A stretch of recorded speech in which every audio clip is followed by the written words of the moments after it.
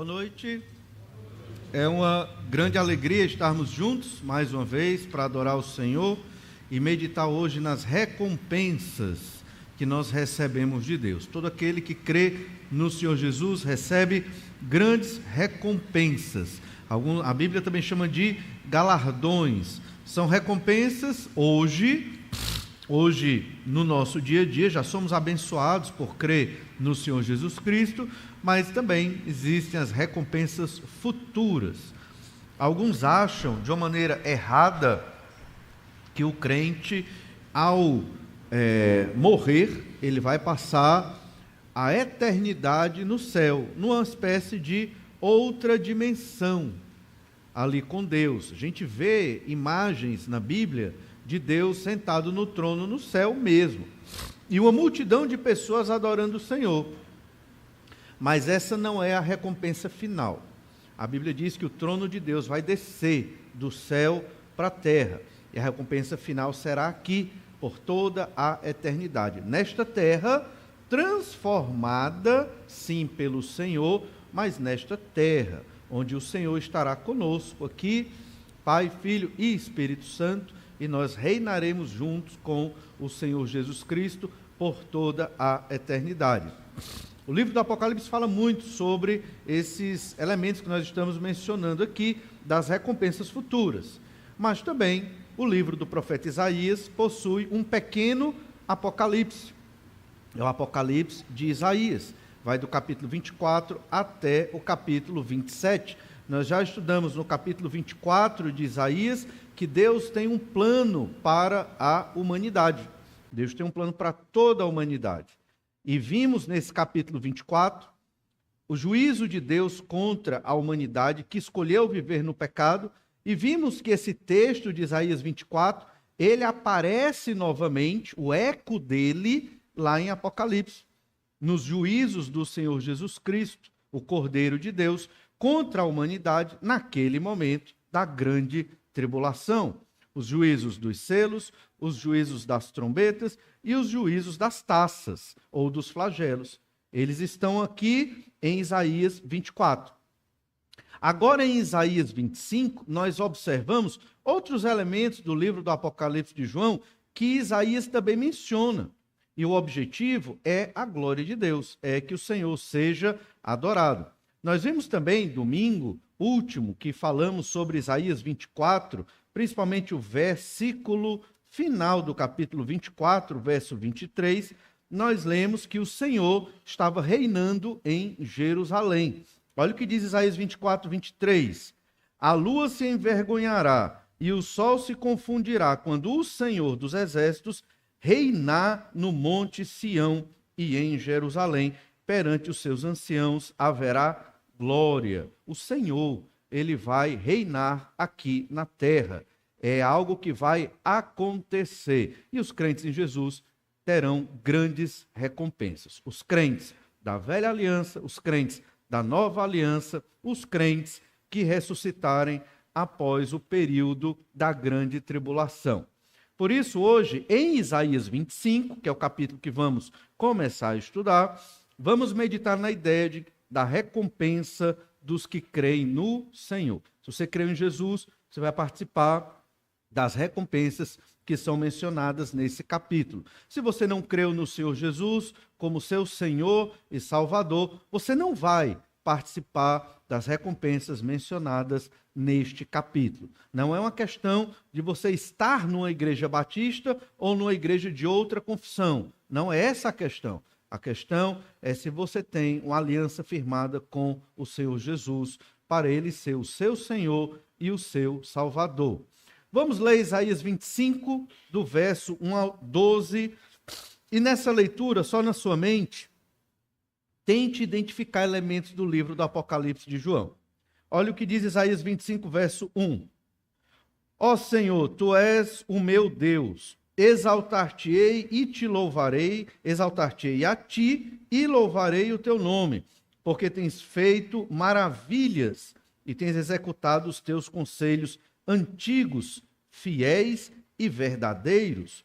Porque da cidade fizeste um montão de pedras, e da cidade forte uma ruína. A fortaleza dos estranhos já não é cidade e jamais será reedificada. Pelo que povos fortes te glorificarão e a cidade das nações opressoras te temerá. Porque foste a fortaleza do pobre e a fortaleza do necessitado na sua angústia, refúgio contra a tempestade e sombra contra o calor. Porque dos tiranos o bufo é como a tempestade contra o muro, como o calor em lugar seco. Tu abaterás o ímpeto dos estranhos, como se abranda o calor pela sombra da espessa nuvem, assim o hino triunfal dos tiranos será aniquilado. O Senhor dos exércitos dará neste monte a todos os povos um banquete de coisas gordurosas, uma festa com vinhos velhos, pratos gordurosos com tutanos e vinhos velhos bem clarificados. Destruirá neste monte a coberta que envolve todos os povos e o véu que está posto sobre todas as nações. Tragará a morte para sempre, e assim enxugará o Senhor Deus as lágrimas de todos os rostos, e tirará de toda a terra o opróbrio do seu povo, porque o Senhor falou. Naquele dia se dirá: eis que este é o nosso Deus, em quem esperávamos, e ele nos salvará. Este é o Senhor, a quem aguardávamos. Na sua salvação exultaremos e nos alegraremos, porque a mão do Senhor descansará neste monte. Mas Moabe será trilhado no seu lugar, como se pisa a palha na água da cova da esterqueira. No meio disto, estenderá ele as mãos, como as estende o nadador para nadar, mas o Senhor lhe abaterá a altivez, não obstante a perícia das suas mãos, e abaixará as altas fortalezas dos seus muros, e abatê-las-á, e derribá-las-á por terra até o pó. Você deve ter percebido alguns elementos aqui que nós lemos no livro do Apocalipse, como esse grande banquete que o Senhor vai ofertar. Isso não é figurado, isso é literal. Isso vai acontecer para os crentes em Jesus. Você deve ter percebido nesse texto sempre a expressão neste monte, no Monte Sião. Jerusalém está no Monte Sião. É de Jerusalém que o Senhor vai administrar essa grande festa, essa grande alegria para os crentes no Senhor Jesus Cristo. Na verdade, é até um pouco antes de o Senhor descer no Monte Sião que haverá este grande banquete. Mas o fato é que Moabe, no final do capítulo, é mencionado como um povo que não vai participar. Se você perceber bem, a esterqueira que eu estou adiantando, só para os irmãos entenderem, a esterqueira é exatamente um recipiente de esterco. Ali estará Moabe. Por quê? Não creu no Senhor. Por quê? Por causa da sua soberba. Acharam que eram muito poderosos, muito mais sábios do que o Deus de Israel. Moabe é só um exemplo de todos aqueles que não creem no Senhor Jesus como seu Senhor e Salvador e escolhem viver nesta terra, nos prazeres desta terra, na sabedoria deste mundo e ignoram a revelação de Deus, a Bíblia Sagrada. Ignoram que o Senhor, ele vai cumprir suas promessas antigas. Então, voltamos para o início do capítulo 25, e aqui nós vamos observar, no capítulo como um todo, a recompensa que os crentes recebem do Senhor. Vamos ver 3 verdades para entender todo este capítulo 25. A primeira verdade é que nós devemos louvar a Deus, porque Ele cumpre as promessas antigas. Aquilo que Deus cumpriu na Bíblia Sagrada, aquilo que Deus prometeu na Bíblia Sagrada, Ele vai cumprir. Não tenha dúvida. Você pode até achar que é demorado. Por quê? Porque a nossa vida chega aos 90, 100 anos e vamos estar com o Senhor. Então, para nós, parece que está demorando, mas Deus vai cumprir. Desde a promessa da vinda do descendente da mulher, lá em Gênesis 3,15, até Jesus realmente estar na terra, foram mais de 2.000 anos, com certeza. De Abraão até Jesus, dá em média 1900 e alguma coisa, anos antes de Cristo. Então dá quase 2.000 anos. De Abraão até o pecado, lá em Gênesis 3, nós não temos como mensurar. Não dá para datar. A gente não tem ideia, né? Então alguns vão dizer que foram 3.000 anos, 4.000, 5.000 anos, não sabemos ao certo. Mas Jesus veio. E todos nós sabemos da história do Senhor Jesus Cristo. O Ocidente, boa parte do Oriente, conhece da história do Senhor Jesus Cristo. Mesmo os não crentes, não convertidos, sabem da história do Senhor Jesus Cristo, pelo menos em alguns aspectos. Então, primeira verdade desse texto, temos que louvar a Deus, porque Ele é um Deus que cumpre as suas promessas antigas. Aqui é uma adoração. Vimos em Isaías 24, 14 a 16, que os crentes em Jesus adoram a Deus porque o Senhor está julgando os pecados da humanidade. Haverá de julgar os pecados no futuro, naquele período de grande tribulação. Olha Isaías 24, verso 14. Eles levantam a voz e cantam com alegria por causa da glória do Senhor, exultam desde o mar. Por isso, glorificai ao Senhor no Oriente, nas terras do mar, ao nome do Senhor, Deus de Israel, dos confins da terra, ouvimos cantar, glória ao justo. Isaías capítulo 2, do 2 ao 4, também diz isso. As nações vão se converter e vão a Jerusalém para aprender a palavra de Deus diretamente do próprio Messias, o Senhor Jesus Cristo. Esse texto está falando basicamente a mesma ideia. As nações serão punidas pelos seus pecados num futuro distante, isso ainda há de acontecer, mas muitas dessas nações vão se converter ao Senhor Jesus Cristo e vão a Jerusalém para adorar ao Senhor, e isso um dia vai acontecer. É como se fosse uma grande peregrinação na terra. Pessoas vindo do Oriente, pessoas vindo do Ocidente, pessoas vindo do mar, das ilhas, indo a Jerusalém para adorar ao Senhor. Ainda em Isaías 24, 23, nós lemos o Senhor reinando no Monte Sião, em Jerusalém, e sendo adorado ali pelos anciãos. E em Isaías 25, 1, primeiro versículo do nosso capítulo, diz assim: Ó Senhor, Tu és meu Deus, exaltar-te-ei e louvarei o Teu nome. Então é um início de adoração. Então aqui, individualmente, Isaías, mas expressando também todos aqueles que creem no Senhor Jesus Cristo, vão louvar e adorar a Deus, e é parte do nosso ministério como crentes em Jesus. Louvar e adorar a Deus num culto congregacional, mas também individualmente, durante os nossos dias, semanas e anos nesta terra, temos que louvar e adorar o Senhor. Mas especificamente, por que o profeta vai adorar a Deus?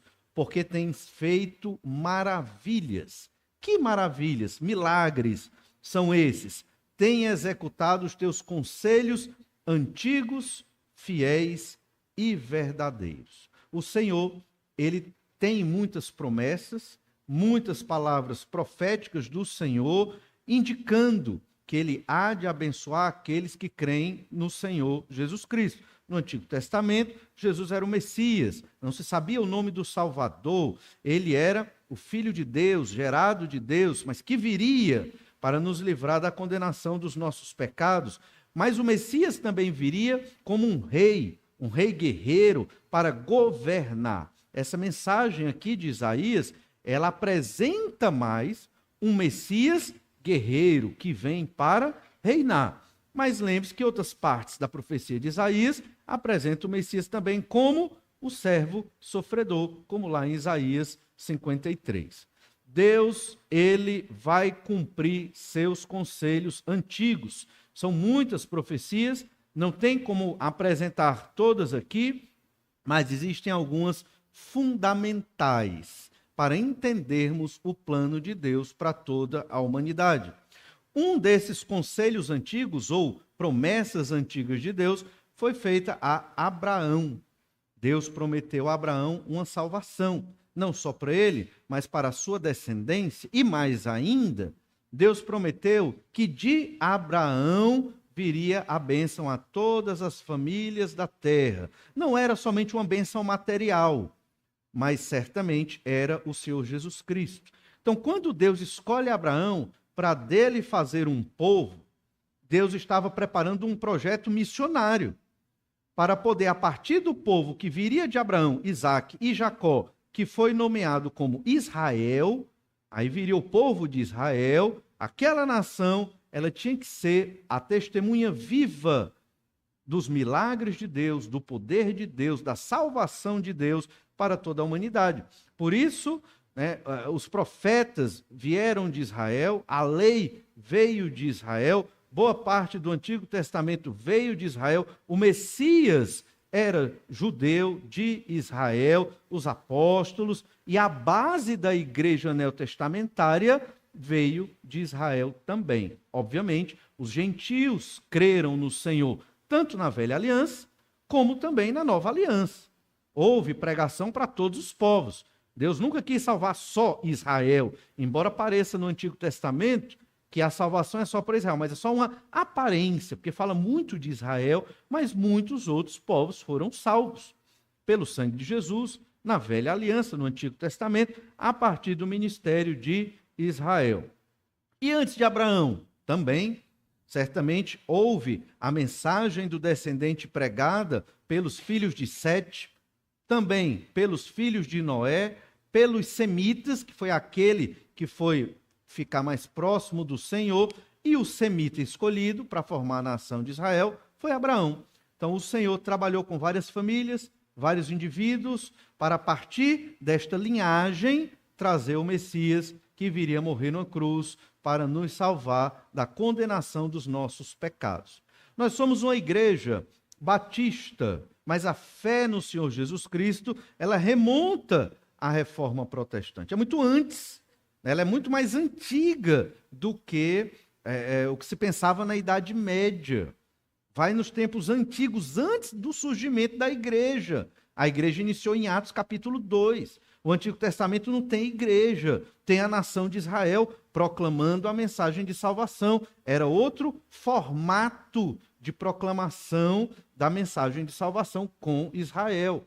Mas já existia essa mensagem, e é a mensagem que o Senhor quer que nós estejamos proclamando para a salvação do perdido, mas principalmente para que o nome de Deus seja glorificado na terra, para que as pessoas deste planeta entendam que existe um Deus, ele é soberano, todo-poderoso, extremamente bondoso e misericordioso, e que tem interesse em salvar o pecador perdido, mesmo o pecador perdido não querendo saber nada sobre o Senhor. Pensando em Deus cumprir seus conselhos antigos, olhe Gênesis capítulo 15, verso 18. Aqui, Deus estava fazendo uma aliança com Abraão ainda. Diz assim, Gênesis 15, 18. Naquele dia, fez o Senhor aliança com Abraão, dizendo, à tua descendência dei esta terra, desde o rio do Egito até o grande rio Eufrates, o Queneu, o Quenezeu, o Cadmoneu, o Eteu, o Ferezeu, os Refaíns, o Amorreu, o Cananeu, o Girgazeu e o Jebuseu. Veja que o Senhor delimitou a terra de Israel aqui. Terra de Israel não é o que a gente hoje vê no Israel moderno, aquela pequena faixa de terra. Não é. Aquilo é ínfimo em relação ao que tem que ser a terra de Israel. Deus prometeu. Diz que Deus fez aliança com Abrão. E ele deu essa terra para ele. Do Nilo, do Egito, até o grande rio Eufrates. Interessante que ainda hoje temos esses rios. E ainda hoje temos essa demarcação territorial. É uma extensa faixa de terra. E Israel nunca teve toda essa terra, mas um dia certamente vai ter. Por que que Deus vai dar uma terra para os descendentes de Abrão? É só porque Deus quer abençoar? Deus quer fazer dele um grande latifundiário? Né? Abraão, na verdade, nem recebeu a terra, porque ele já tinha morrido. Quando Israel definitivamente entrou na terra com Josué, na verdade, é tudo parte do plano de proclamar a mensagem de salvação. Na antiguidade, as pessoas de várias culturas no mundo, elas não entendiam Deus sem pensar numa terra. Para nós é estranho, né? Mas para eles não era. Então, por exemplo, os egípcios têm os deuses da terra dos egípcios.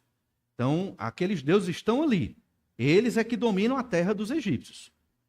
Da mesma forma com os cananeus. Tem Baal, os deuses dos cananeus. Dominam a terra dos cananeus. Então, a divindade, ou as divindades antigas, no pensamento da cultura antiga.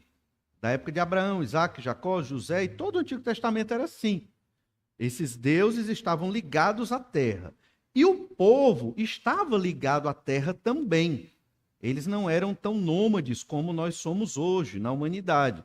Eles eram mais vinculados ao território. Tanto que as cidades eram muradas, quando eram cidades grandes e mais estruturadas. O que é que eu quero dizer com isso?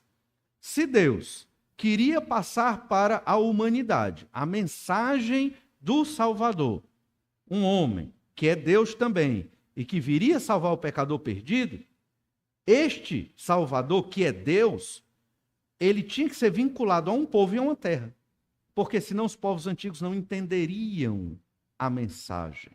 Daí o entendimento de haver um povo de Deus, Israel. E o entendimento de que Israel precisava ter uma terra para poder a mensagem do Senhor ser proclamada a todas as nações. É certo que antes de Israel ter sua terra, a mensagem foi pregada, muitos foram alcançados, mas efetivamente Israel, na sua terra, e principalmente depois da construção do templo, ficou uma nação consolidada para apresentar a mensagem de salvação e dar glórias ao Senhor. Israel não foi muito feliz na sua missão. Cometeu muitos pecados, caiu em idolatria, os reis se tornaram pecaminosos, imorais, abusivos, e o Senhor puniu o próprio povo que ele construiu. Veja que Deus não foi parcial. Deu oportunidade de arrependimento para Israel e para Judá. Eles se arrependeram? Não. Este livro que estamos estudando do profeta Isaías é uma prova de que Deus está dando ou deu oportunidade para Israel e Judá se arrependerem, mas eles não se arrependeram. Olhe ainda Gênesis capítulo 17, verso 1. Diz assim, Gênesis 17, 1. Quando atingiu Abrão a idade de 99 anos, apareceu-lhe o Senhor e disse-lhe: Eu sou o Deus Todo-Poderoso, anda na minha presença e sê perfeito. Farei uma aliança entre mim e te multiplicarei extraordinariamente. Prostrou-se Abrão rosto em terra, e Deus lhe falou: Quanto a mim, será contigo a minha aliança, serás pai de numerosas nações. Abrão já não será teu nome, e sim Abraão, porque por pai de numerosas nações te constituí. Far-te-ei fecundo, extraordinariamente. De ti farei nações, e reis procederão de ti. Estabelecerei a minha aliança entre mim e ti, e a tua descendência no decurso das suas gerações. Aliança perpétua para ser o teu Deus e da tua descendência. Dar-te-ei e a tua descendência a terra das tuas peregrinações, toda a terra de Canaã, em possessão perpétua, e serei o seu Deus. É uma aliança perpétua, é uma aliança para sempre. Quando diz aqui que surgirão reis e nações de Abraão, nós entendemos que Israel é uma nação que surgiu de Abraão. Podemos até entender que os árabes que vieram de Ismael também surgiram de Abraão, mas o entendimento desse texto vai muito mais além. Veja, nós estamos estudando Isaías 25, louvando e adorando a Deus, por quê? Porque o Senhor executa seus conselhos antigos, fiéis e verdadeiros. Deus está trabalhando com as nações aqui em Isaías, do capítulo 13 até o capítulo 27. Do capítulo 13 ao 23 foi na época de Isaías. Ele profetizou para um futuro, mas um futuro próximo, em que aquelas nações elas foram punidas pelo juízo de Deus, usando principalmente o império assírio. Agora, a partir do capítulo 24 de Isaías, a profecia foi para um futuro muito distante, além de nós hoje. Além de nós hoje. E o Senhor continua a tratar com as nações. Vimos no capítulo 24 que as nações do planeta ainda serão punidas de maneira terrível, com fogo, com terremoto, um juízo que ainda vai acontecer. É só observarmos o livro do Apocalipse de João, do capítulo 6 até o capítulo 19. Mas aqui no capítulo 25, estamos observando que o Senhor vai cumprir as suas promessas como ele determinou. Muitas nações virão de Abraão, procederão dele. Fisicamente, pelo menos duas grandes nações, árabes e israelitas. Mas não são só duas. Aqui o texto indica que são muitas. Farei nações, reis procederão de ti.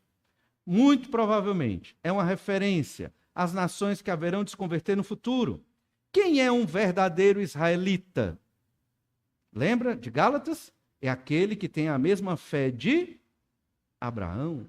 Então, quem tem a mesma fé de Abraão, que é a fé no Messias, a fé no Senhor Jesus, esse é um verdadeiro israelita. Então, você se torna israelita quando crê no Senhor Jesus, segundo a ótica da velha aliança. Quando essas nações, no futuro, se converterem e participarem desse grande banquete, dessa grande recompensa, muitas nações procederão de Abraão, porque terão a mesma fé do patriarca, a fé no Senhor Jesus Cristo.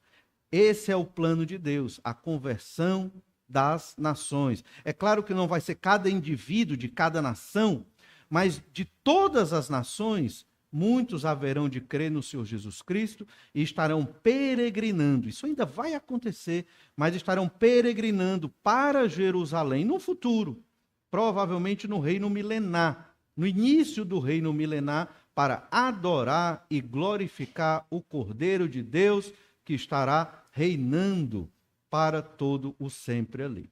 Percebe então como o Senhor, ele é adorado por quê?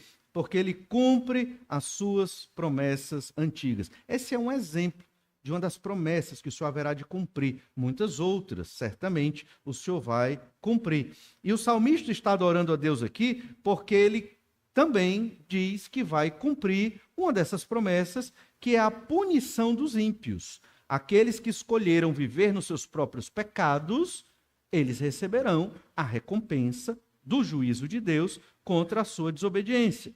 E aí que vem Isaías, capítulo 25, verso 2. Olha o que diz Isaías 25, 2.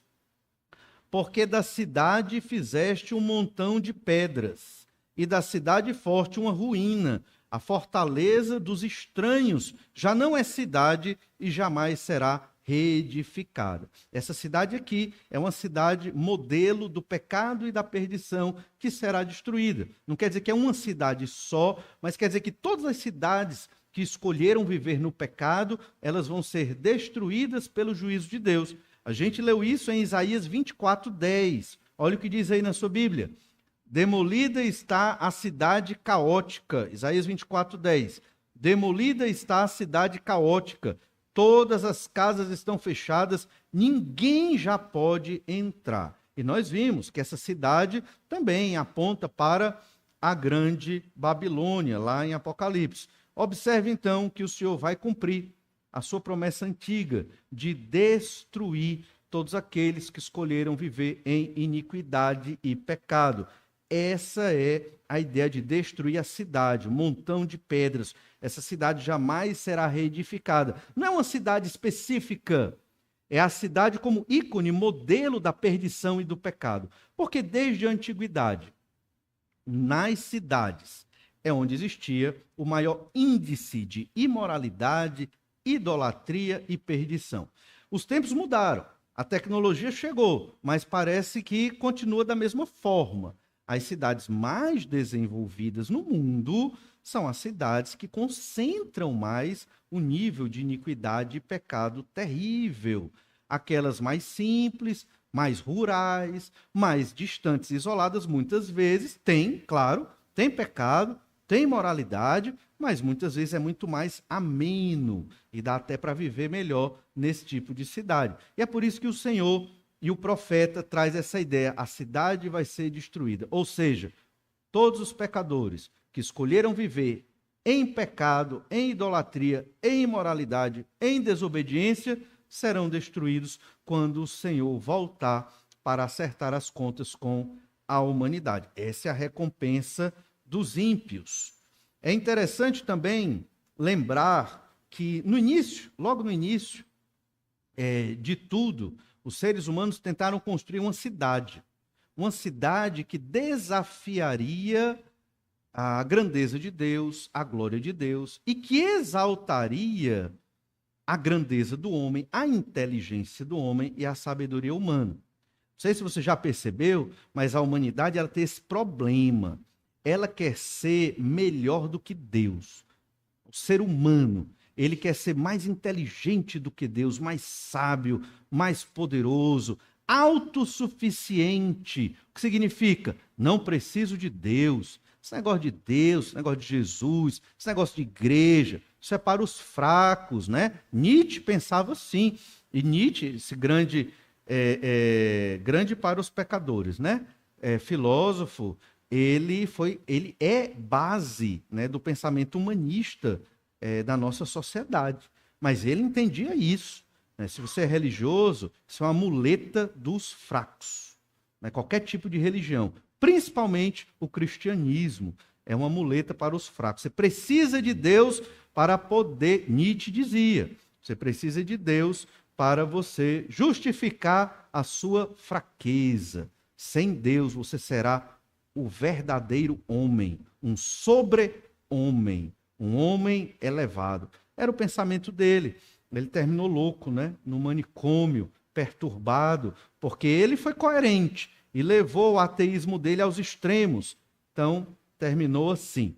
Mas em Gênesis capítulo 11, nós temos o relato da humanidade querendo edificar uma cidade. Então veja, Gênesis 11, verso 1, fala desta cidade. Em Isaías, já no século VIII a.C., fala dessa cidade caótica e vazia. E hoje, no século XXI, nós olhamos para as cidades e, de uma perspectiva espiritual e bíblica, observamos grandes centros de perdição e de pecado.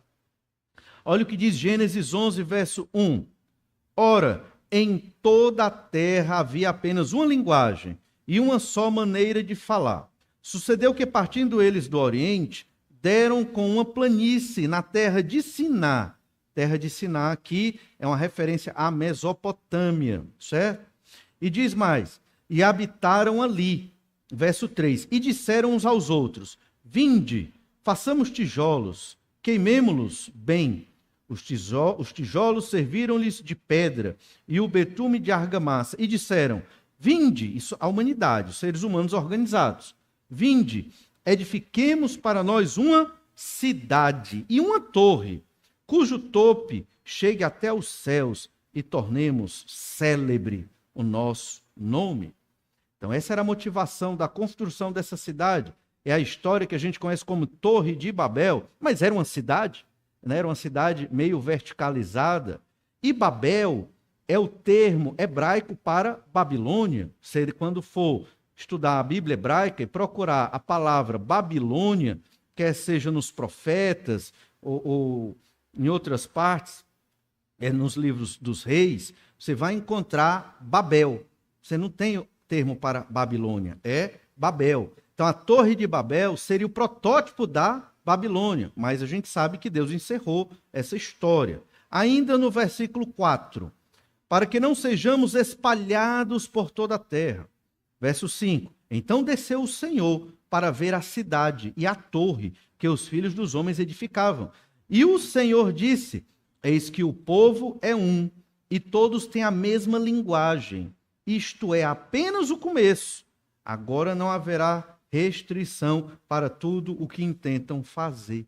Construir aquela cidade com a motivação de exaltar o nome da humanidade, que é o que nós chamamos hoje de humanismo, e que é um grande pecado e desvio do que a Escritura fala, era só o começo. Aquela grande cidade era o começo de um grande mal que eles ainda iriam realizar. A humanidade estava unida, é verdade, mas unida para o pecado, para a soberba, para se tornarem autossuficientes de Deus. É como se eles estivessem dizendo, e estavam, ao construir essa cidade e esta torre: Deus, não precisamos de ti.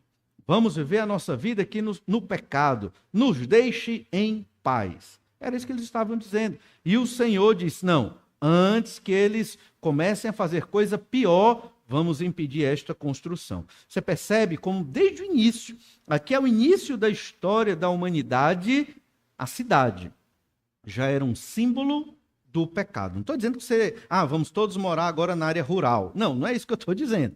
Mas é que a cidade, ela tipifica, simboliza tudo o que é pecado, algo contra Deus, uma autossuficiência contra Deus, e as coisas vão só piorando. Por isso o Senhor, desde tempos antigos, prometeu que iria destruir a cidade.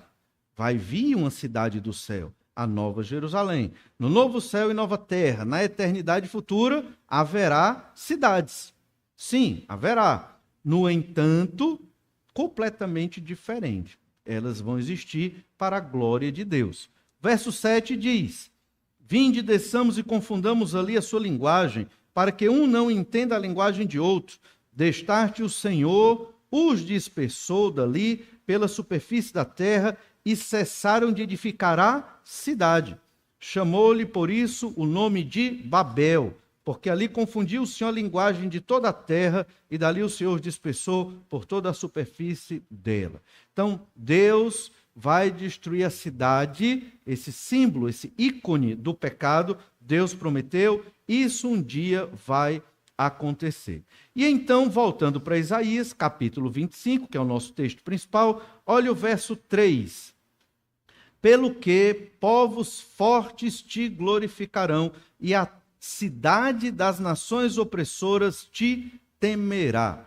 Povos fortes e a cidade das nações se refere àquelas nações ímpias, pecadoras. Elas vão se converter, ou seja, vão glorificar a Deus e vão temer ao Senhor. Glorificar a Deus e temer ao Senhor são palavras usadas para conversão, tanto no Antigo Testamento como no Novo Testamento. Só teme a Deus quem creu no Senhor, no seu Messias, no Senhor Jesus Cristo. Então, estas cidades serão destruídas. Estas cidades, elas vão ser punidas pelo Senhor, como observamos nos juízos de Deus, lá em Apocalipse e no capítulo 24 de Isaías. Mas alguns vão crer, vão glorificar a Deus e vão temer ao Senhor. Olha o verso 4, Isaías 25, 4. Porque foste a fortaleza do pobre, Deus, foste a fortaleza do pobre, e a fortaleza do necessitado na sua angústia, refúgio para a tempestade e sombra contra o calor, porque dos tiranos o bufo é como tempestade contra o muro, como o calor em lugar seco. Tu abaterás o ímpeto dos estranhos, como se abranda o calor pela sombra da espessa nuvem, assim o hino triunfal dos tiranos será aniquilado. O Senhor vai tratar com as nações e vai punir as nações, mas num determinado momento, Deus vai cuidar dos pobres. Deus vai cuidar daqueles que são necessitados. Mas não pense que Deus ele está fazendo ação social para o pobre e para o necessitado. Não é isso. Deus vai ser refúgio para o pobre e o necessitado. Deus vai ser sombra para o pobre e o necessitado. No meio de toda aquela guerra e dificuldade, os que creem no Senhor, eles serão protegidos por Deus. A sombra protege do calor, o refúgio é uma caverna onde você se protege da guerra. Deus vai proteger todo aquele que crê nele. Quem são estes? Os pobres e os necessitados. Então, rico não vai se converter nesse período? É só pobre e necessitado? Não. Pobre e necessitado aqui, certamente é uma figura. Que figura é essa? Lá em Mateus capítulo 5, verso 3, Jesus, no sermão das bem-aventuranças, a gente lê, aqui eu vou ler na versão Almeida Revista e Corrigida, porque eu acho que ela acerta mais na tradução. Diz assim, Mateus 5,3: Bem-aventurados os pobres de espírito, porque deles é o reino dos céus. Não é pobre numa questão social. Pobre de espírito é o pecador que reconhece: eu preciso de Deus. Esse é o pobre de espírito. Aqui em Isaías 25, verso 4 e 5, é desse pobre que o profeta está falando. É o necessitado de Deus. São aqueles que vão se arrepender dos seus pecados e vão crer no Senhor Jesus Cristo, não só nos tempos antigos, como nos dias de hoje, mas dentro dessa profecia de Isaías 25, refere-se àquele momento de grande tribulação que vai acontecer. Isso baseado no que nós já estudamos de Isaías capítulo 24. Por isso louvamos a Deus. Deus cumpre suas promessas antigas. Deus vai cumprir a promessa de salvar a humanidade, como ele falou a Abraão, Isaque, Jacó. Deus vai cumprir, como ele prometeu, mandar o Messias, e o Messias veio e vai voltar uma segunda vez. Deus vai cumprir suas promessas antigas, como ele prometeu destruir a cidade caótica e tirar os ímpios, pecadores que não querem saber de Deus deste planeta. Deus vai cumprir todas estas promessas antigas e isso vai acontecer. E Deus vai salvar aqueles que reconhecem que precisam do Senhor e precisam do Salvador. Louvamos a Deus porque ele cumpre suas promessas antigas. Essa é a primeira verdade que encontramos nesse texto. E só para finalizar, vamos iniciar a segunda verdade: as bênçãos do grande banquete para os que creem. Olha Isaías 25, verso 6. Diz assim: O Senhor dos exércitos dará neste monte a todos os povos um banquete de coisas gordurosas, uma festa com vinhos velhos, pratos gordurosos, com tutanos e vinhos velhos bem clarificados. Então Deus vai dar um grande banquete para os convertidos ao Senhor naquele dia, um dia futuro. Aqui é um banquete de festa, um banquete de grande alegria, onde as nações convertidas vão se regozijar com o Senhor. Isso ainda vai acontecer. Será um momento extremamente glorioso, maravilhoso, de grande felicidade. Por quê? Porque no planeta vão estar os salvos em Cristo, festejando, se alegrando de uma maneira ordeira, maravilhosa e decente, para a glória de Deus, porque o Senhor Jesus Cristo cumpriu a sua missão. Morreu na cruz, ressuscitou ao terceiro dia, subiu ao céu, retornou para livrar a humanidade dos seus pecados e para estabelecer o seu trono no Monte Sião, em Jerusalém. Esse é fundamento da nossa fé. É por isso que servimos ao Senhor. É por isso que lemos a Bíblia todo dia. É por isso que lutamos contra o pecado. Porque esta vida passa. A Bíblia nos chama, nós crentes em Jesus, de peregrinos. Talvez você, crente, esteja muito agarrado às coisas dessa terra. Não é assim que nós vivemos. Os crentes em Jesus são peregrinos. Estamos de passagem. A nossa pátria é celestial. A nossa pátria vai descer do céu e vai estar aqui em Jerusalém, no novo céu, numa nova terra, aqui mesmo, nós ressurretos à semelhança do Senhor Jesus, quando ele ressuscitou. Essa é a nossa plena e poderosa salvação. E é por isso que você deixou de estar em casa assistindo TV e veio para a igreja adorar o nome do Senhor Jesus Cristo. E é por isso que amanhã, se Deus permitir que nós acordemos, nós vamos ler a nossa Bíblia e vamos orar ao Senhor. E é por isso que pregamos o Evangelho, por isso que os gideões distribuem, as Bíblias, os Novos Testamentos e pregam o Evangelho. Por quê? Porque nós sabemos o que é a verdadeira vida. A nossa vida hoje ela é muito boa, porque nós cremos em Jesus. ela é muito boa porque desfrutamos das bênçãos do Senhor.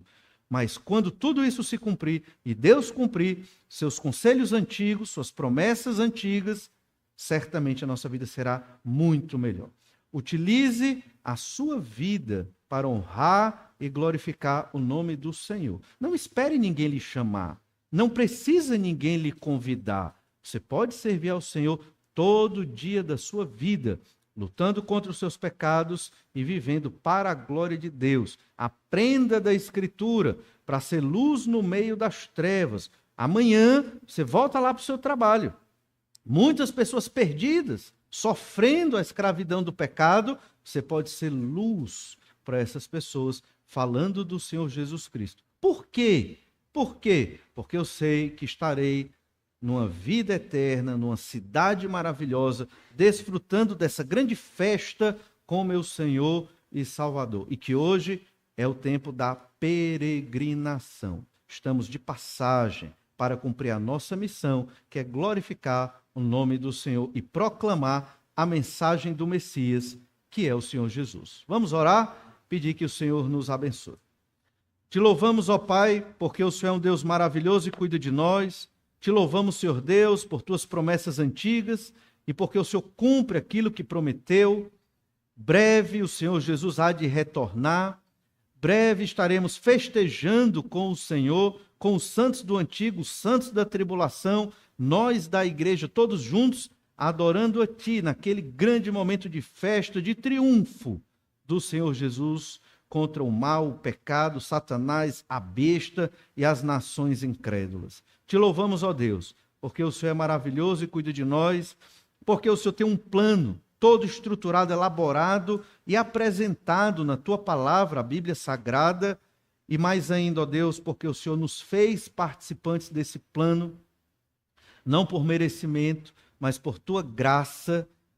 O Senhor nos chamou para vivermos para Ti, na igreja, a obra do Senhor, o corpo de Cristo, a noiva do Cordeiro, para hoje testemunhar dessa tão grande salvação, que não é só estar num céu etéreo, mas é estar no novo céu e nova terra, numa nova Jerusalém, numa nova organização societária da humanidade, de pecadores salvos, redimidos e transformados, ressurretos.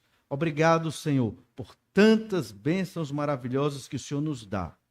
Desperta a nós, a Tua igreja, para viver para a glória do Teu nome.